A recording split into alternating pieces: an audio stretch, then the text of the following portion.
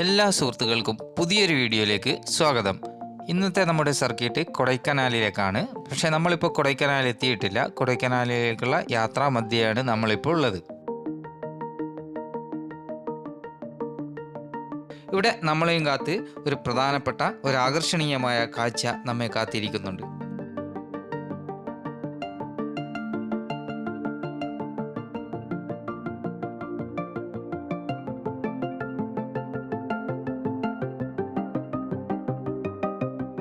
കൊടൈക്കനാലിലേക്ക് യാത്ര ചെയ്യുന്ന വിനോദസഞ്ചാരികളെ ആകർഷിക്കുന്ന പ്രധാനപ്പെട്ട ഒരു സ്ഥലമാണിത്.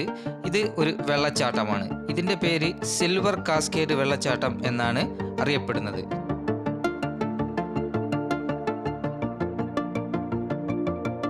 കൊടൈക്കനാൽ എത്തുന്നതിന് 8 കിലോമീറ്റർ മുന്നെയാണ് ഈ വെള്ളച്ചാട്ടം സ്ഥിതി ചെയ്യുന്നത്.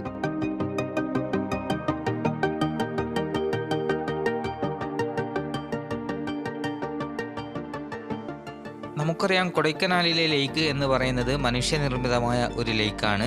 അപ്പോൾ അവിടെയുള്ള ജലം അധികമാകുമ്പോൾ ആ അധിക ജലം പുറത്തേക്ക് വരുന്നതാണ് ഈ സിൽവർ കാസ്കേഡ് വെള്ളച്ചാട്ടമായി മാറിയിട്ടുള്ളത്.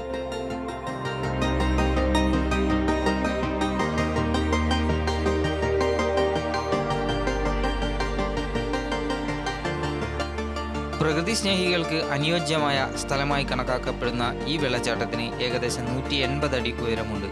കൂടാതെ പഴങ്ങളും മറ്റ് വന ഉൽപ്പന്നങ്ങളും വിൽക്കുന്ന നിരവധി കടകൾ ഈ ചുറ്റുപാടിലുള്ളത് കൊണ്ട് തന്നെ കൊടൈക്കനാലിലേക്കുള്ള യാത്രയിൽ വാഹനങ്ങൾക്കും വിനോദസഞ്ചാരികൾക്കും ഒരു ഹൾട്ടിംഗ് പോയിന്റായി ഈ സിൽവർ കാസ്കേഡ് വാട്ടർഫാൾസ് മാറിയിട്ടുണ്ട്.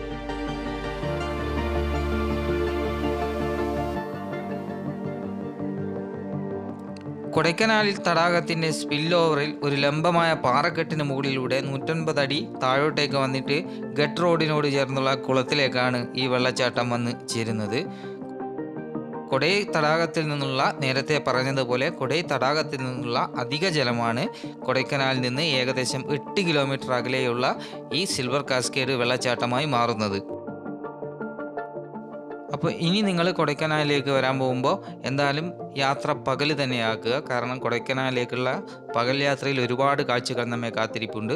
അപ്പോൾ അടുത്ത പ്രാവശ്യം കൊടൈക്കനാലിൽ പോകുമ്പോൾ എന്തായാലും സിൽവർ കാസ്കേഡ് വെള്ളച്ചാട്ടത്തിനടുത്ത് വണ്ടി നിർത്തുക, ഇവിടുത്തെ കാഴ്ചകൾ ആസ്വദിക്കുക. മറ്റൊരു വീഡിയോയുമായി അടുത്ത ആഴ്ച വരുന്നതായിരിക്കും. എല്ലാവർക്കും ഗുഡ് ബൈ.